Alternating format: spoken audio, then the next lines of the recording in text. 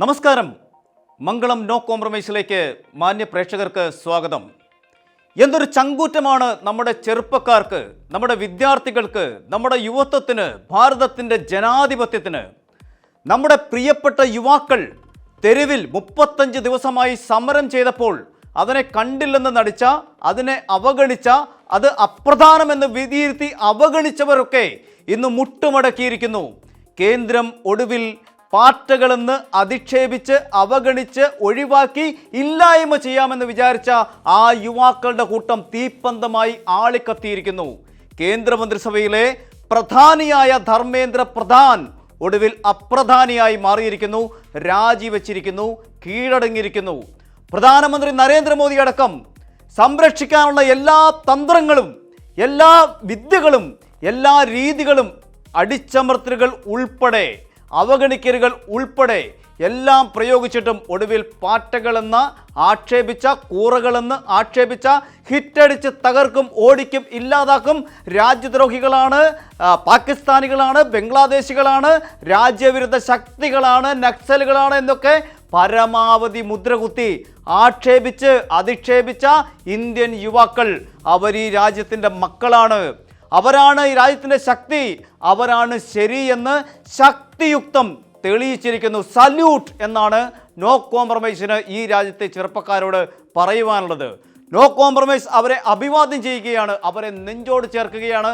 അവരുടെ സമരവീര്യത്തെ, അവരുടെ പോരാട്ടത്തെ, അവരുടെ ജനാധിപത്യ ബോധത്തെ, അവരുടെ ഉന്നത ധാർമ്മികമായ ചിന്താഗതിയെ ഈ രാജ്യത്തിൻ്റെ സിസ്റ്റത്തിൽ എന്ത് തകരാറുണ്ടായാലും, എന്ത് പുഴുക്കുത്തുകളുണ്ടായാലും, ആരൊക്കെ മോശകരമായ, ഹീനമായ അല്ലെങ്കിൽ അഴിമതി കാണിക്കുന്ന രീതിയിലേക്ക് ഈ രാജ്യത്തിൻ്റെ സുപ്രധാനമായ മേഖലകളെ തകർക്കാൻ ശ്രമിച്ചാൽ, ഇല്ലായ്മ ചെയ്യാൻ ശ്രമിച്ചാൽ, അവിടെ കഴിവുകേടോ വീഴ്ചയോ വരുത്തിയാൽ ഇടപെടുക മാത്രമല്ല തിരുത്തും. ആ തിരുത്തുമെന്ന് കാണിക്കാനുള്ള ബോധം, ആ ബോധ്യം നമ്മുടെ ചെറുപ്പക്കാർ കാണിച്ചു എന്നുള്ളത് ഏറ്റവും ആശാവഹമായ, ഏറ്റവും സന്തോഷകരമായ കാര്യം തന്നെയാണ്. നമുക്കറിയാം, ആദ്യഘട്ടത്തിൽ CJP എന്ന കോക്രോച്ച് ജനതാ പാർട്ടി സുപ്രീം കോടതി ചീഫ് ജസ്റ്റിസിൻ്റെ സൂര്യകാന്തിൻ്റെ ഒരു പരാമർശത്തെ തുടർന്ന് ഒരു സോഷ്യൽ മീഡിയയിൽ രൂപപ്പെട്ട ഒരു കൂട്ടായ്മ, ഒരു യുവാക്കളുടെ കൂട്ടായ്മ, ഒരു വിദ്യാർത്ഥി കൂട്ടായ്മ എല്ലാവരും അവഗണിച്ചു തള്ളി. എല്ലാവരും അതിനെ ഒട്ടും പരിഗണിക്കാത്ത രീതിയിലേക്ക് ആക്ഷേപിച്ചു, അധിക്ഷേപിച്ചു. അമേരിക്കയിലിരുന്ന് ഒരു അഭിജിത്ത് ദീപ്കെ എന്ന ഏതോ ഒരാൾ ഇതൊരു സോഷ്യൽ മീഡിയ വിപ്ലവമാണ്, അതിനപ്പുറത്തെ ഇതൊരു ആൾക്കൂട്ടമാവാനോ സംഘടിക്കുവാനോ ഏതെങ്കിലും രീതിയിലേക്ക് ഈ രാജ്യത്തിൻ്റെ ഘടനയെ, ഭരണ സംവിധാനത്തെ മാറ്റാനോ കഴിയുമെന്ന് ആരും ചിന്തിച്ചില്ല. അത്രത്തോളം അവഗണിക്കപ്പെട്ടു ആ പ്രസ്ഥാനം. പക്ഷേ അത് ഉയർത്തിവിറ്റ കൊടുങ്കാറ്റ്, അത് ഈ രാജ്യത്തെ മുഴുവൻ ജനങ്ങളുടെയും, മുഴുവൻ യുവാക്കളുടെയും, മുഴുവൻ വിദ്യാർത്ഥികളുടെയും ആശങ്കകളായിരുന്നു. അവരുടെ ഉള്ളിലെ ആകുലതകളായിരുന്നു, അവരുടെ വിഹ്വലതകളായിരുന്നു. അതിനെ അഡ്രസ്സ് ചെയ്തപ്പോൾ, ജനാധിപത്യപരമായി അഡ്രസ്സ് ചെയ്തപ്പോൾ, അതിനപ്പുറത്തേക്ക് ജനാധിപത്യ ബോധമെന്ന ആ ഉന്നതിയിലേക്ക് കേരളത്തിലെ അടക്കമുള്ള, രാജ്യമാകമാനമുള്ള ഗുജറാത്തിലെയും മഹാരാഷ്ട്രയിലെയും തമിഴ്നാട്ടിലെയും ഇങ്ങ് ഒട്ടുക ഇന്ത്യ ഒട്ടാകെ വ്യാപിച്ച വിപ്ലവം ഭരണസിരാകേന്ദ്രത്തിൽ ഇന്ദ്രപ്രസ്ഥത്തെ തന്നെ പിടിച്ച് കുലുക്കിയപ്പോൾ പ്രധാനമന്ത്രി നരേന്ദ്രമോദിക്കടക്കം പല ഘട്ടങ്ങളിലും കീഴടങ്ങേണ്ടതായിട്ട് വന്നു. 2 തവണയാണ് പ്രധാനമന്ത്രി നരേന്ദ്രമോദി തന്നെ യുവാക്കളുടെ പ്രശ്നങ്ങൾ അഡ്രസ്സ് ചെയ്തുകൊണ്ട് വീഡിയോയുമായി പ്രത്യക്ഷപ്പെട്ടത്. അത് തന്നെ കീഴടങ്ങലിൻ്റെ ആദ്യ സൂചനകളായിരുന്നു. 35-ാം നാൾ സമരം തുടങ്ങി. 35-ാം നാൾ ഐതിഹാസികമായി ഇന്ത്യൻ സമര ചരിത്രത്തിലെ, ഇന്ത്യൻ യുവതയുടെ, ഇന്ത്യൻ സമര യൗവനത്തിൻ്റെ ആ തീഷ്ണതയുടെ ആഴം ബോധ്യക്കൊടുക്കാൻ പാകത്തിന് 35-ാം നാൾ നേടിയ ഐതിഹാസികമായ ആ വിജയമുണ്ടല്ലോ, അത് ഇന്ത്യൻ ചരിത്രത്തിൽ എക്കാലവും തങ്കലിപികളിൽ, രജത ലിപികളിൽ കുറിച്ചു വയ്ക്കപ്പെടുമെന്ന കാര്യത്തിൽ യാതൊരു തർക്കവും നോ കോംപ്രമൈസിനില്ല. അത്രത്തോളം ആധികാരികമാണ്. മതം പറഞ്ഞ്, ജാതി പറഞ്ഞ്, വിഭജനം പറഞ്ഞ് ജനതയെ തമ്മിലടിപ്പിച്ച് ഏത് പ്രശ്നമുണ്ടായാലും വഴിമാറ്റി വിട്ട് അതിനെയെല്ലാം നിഷ്കരുണം ഇല്ലായ്മ ചെയ്യുന്ന ധാർഷ്ട്യമടക്കം, ഭരണത്തിൻ്റെ ധിക്കാരമടക്കം, ഭരണപരമായിട്ടുള്ള ആ ഒരു കരുത്ത് അത് കാണിച്ചുകൊണ്ട് എല്ലാ തവണയും ഓരോ പ്രക്ഷോഭങ്ങളെയും അടിച്ചമർത്തുമ്പോൾ ജനാധിപത്യം തന്നെ കശാപ്പ് ചെയ്യപ്പെടുന്നു എന്ന ചിന്ത ഒരു വശത്ത് ഉയർന്നു വരുമ്പോഴാണ് ഈ നാട്ടിലെ യുവാക്കൾ എത്രത്തോളം രാജ്യസ്നേഹവും എത്രത്തോളം രാജ്യബോധവും എത്രത്തോളം ഈ സിസ്റ്റത്തിനെക്കുറിച്ച് ആകുലതയുള്ളവരുമാണെന്നുള്ള ഏറ്റവും ദീപ്തമായ കാര്യങ്ങൾ നമുക്ക് മുമ്പിലേക്ക് ഉയർന്നു വരുന്നത്. എന്തായാലും ഐതിഹാസിക സമര വിജയം തന്നെയാണ്. പ്രധാനമന്ത്രിക്ക് രാജ്യത്തോട് സംസാരിക്കേണ്ടി വന്നു. സുപ്രീം കോടതി ചീഫ് ജസ്റ്റിസിന് അദ്ദേഹത്തിന് പോലും വിട്ടുനിൽക്കാനായില്ല. അദ്ദേഹത്തിന് പോലും താൻ പറഞ്ഞത് അങ്ങനെയല്ല, താൻ പറഞ്ഞത് ഇങ്ങനെയാണ് ന്യായീകരണങ്ങളുമായി വരേണ്ടി വന്നുവെങ്കിൽ എത്ര കരുത്താണ്, എത്ര ശക്തിയാണ്, എത്ര പവർഫുള്ളാണ്, എത്ര എന്താണ് ഐതിഹാസികമായ സമര ചരിത്രങ്ങൾ രചിക്കാൻ ശേഷിയുള്ള സ്വാതന്ത്ര്യ സമര കാലഘട്ടത്തിൽ ഭഗത് സിംഗ് അടക്കം ഉയർത്തിയ സ്വന്തം ജീവൻ തന്നെ പണയപ്പെടുത്താൻ കാണിച്ച ആ ചങ്കൂറ്റമുണ്ടല്ലോ, ആ ചങ്കൂറ്റം നെഞ്ചിലേറുന്ന യുവാക്കളെയാണ് നമ്മൾ കണ്ടത് എന്നുള്ളതാണ് നോ കോംപ്രമൈസിനെ ഏറ്റവും അധികം സന്തോഷിപ്പിക്കുന്ന കാര്യം. നോ കോംപ്രമൈസ് എന്നാണ് അവർ പറഞ്ഞത്. പ്രധാന്റെ രാജി, സിസ്റ്റത്തിലെ പുഴുക്കുത്തുകളെ ഇല്ലായ്മ ചെയ്യുക, സിസ്റ്റം പരിഷ്കരിക്കുക, അവിടെ നോ കോംപ്രമൈസ് എന്ന് അവർ പറഞ്ഞെങ്കിൽ, പാറ്റകളെന്ന് വിളിക്കപ്പെട്ട അധിക്ഷേപിക്കപ്പെട്ട അവർ പറഞ്ഞുവെങ്കിൽ ആ പറഞ്ഞതിന് മുമ്പിൽ കീഴടങ്ങേണ്ടി വന്ന ആ ഗതികേടുണ്ടല്ലോ, അതാണ് ജനാധിപത്യത്തിൻ്റെ സൗന്ദര്യം. അതാണ് ഈ രാജ്യത്തിൻ്റെ ഏറ്റവും ഉദാത്തമായ സൗന്ദര്യം. സ്വാതന്ത്ര്യ സമരത്തിന് ശേഷം മറ്റൊരു സ്വാതന്ത്ര്യ സമരം പോലെയാണ് തെരുവുകളിൽ ഇന്ത്യൻ യുവത ഇറങ്ങിയത്. നേപ്പാളിൽ കലാപമുണ്ടായല്ലോ, അതിവിടെ നടക്കില്ല. ബംഗാളിലുണ്ടായല്ലോ, അതിവിടെ നടക്കില്ല.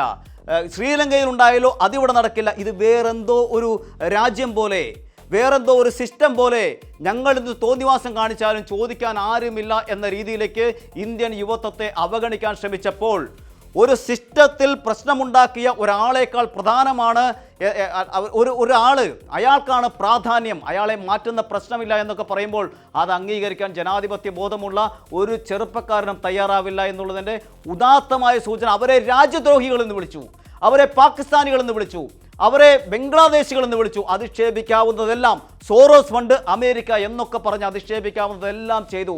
പക്ഷേ വിട്ടുവീഴ്ച ചെയ്തില്ല അവർ ഈ രാജ്യത്തിൻ്റെ സ്വത്തുക്കളാണെന്ന് ഒടുവിൽ പ്രധാനമന്ത്രിക്ക് സമ്മതിക്കേണ്ടി വന്നു.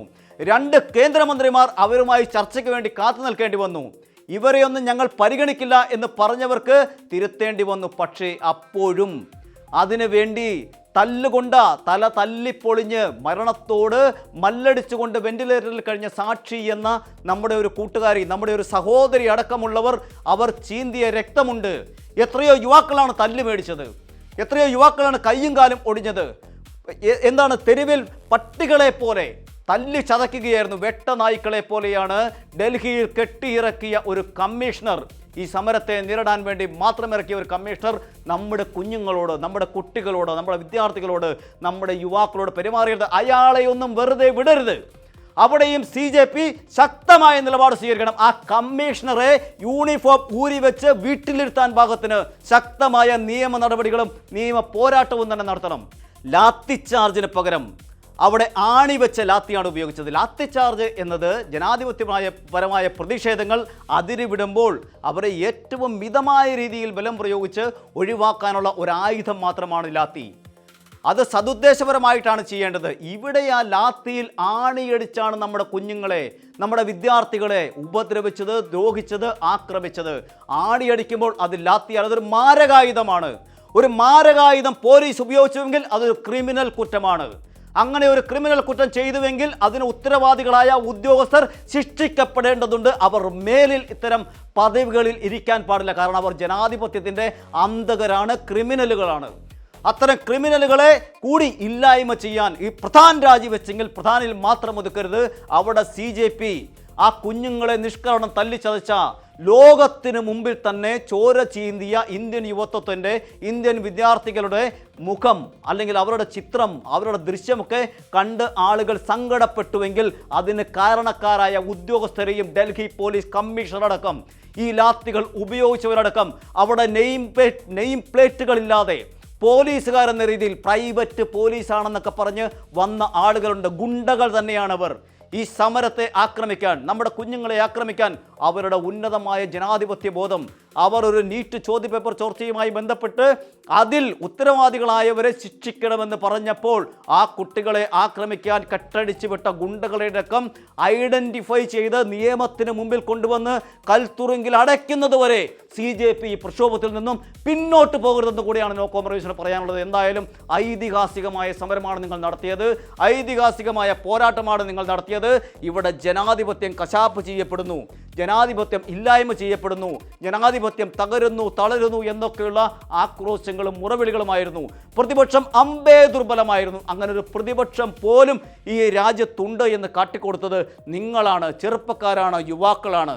ആ യുവത്വത്തിൻ്റെ ആ ശക്തിക്ക് മുമ്പിലാണ് എന്താണ് അധികാരത്തിൻ്റെ കോട്ട കെട്ടി, അധികാരത്തിൻ്റെ അഹങ്കാരവും ധാർഷ്ട്യവും എല്ലാം MP-മാരെ വിലയ്ക്ക് വാങ്ങി ഭരണ സംവിധാനങ്ങളെ ആകെ കൈപ്പിടിയിലൊതുക്കി സ്ഥിരമായി രാജ്യത്തിൻ്റെ ഭരണശിലാ കേന്ദ്രത്തിൽ വിരാജിക്കാമെന്നുള്ള മോഹം, അത് ഏത് രീതിയിലും ആവാം എന്നുള്ള ധാർഷ്ട്യമുണ്ടല്ലോ, അതിനേറ്റ കനത്ത തിരിച്ചടി തന്നെയാണ്. അങ്ങനെ ഏത് രീതിയിലും മുന്നോട്ട് പോകാൻ പറ്റില്ല.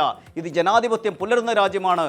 ജനാധിപത്യത്തെ സംരക്ഷിക്കാൻ നല്ല ചെറുപ്പക്കാരുള്ള രാജ്യമാണ്. ഇത് വിഭജനത്തിൻ്റെ വിഷവിത്തുകൾക്കപ്പുറം, പാകിസ്ഥാനി വിളികൾക്കപ്പുറം, തീവ്രവാദി വിളികൾക്കപ്പുറം, ബംഗ്ലാദേശി വിളികൾക്കപ്പുറം ഇന്ത്യക്കാരായ ചെറുപ്പക്കാരാണ് ഞങ്ങൾ, രാജ്യസ്നേഹികളായ ചെറുപ്പക്കാരാണ് ഞങ്ങൾ. ഞങ്ങളാണ് രാജ്യം, ഒരേ ഒരു ഇന്ത്യ, ഒരൊറ്റ ജനത. ആ മുദ്രാവാക്യത്തിലാണ് ജന്തർ മന്ദറിൽ സമരം നടന്നത്. അവിടെ തീവ്രവാദി എന്ന വിളിയൊക്കെ ഒരു കോമഡി മാത്രമായിരുന്നു.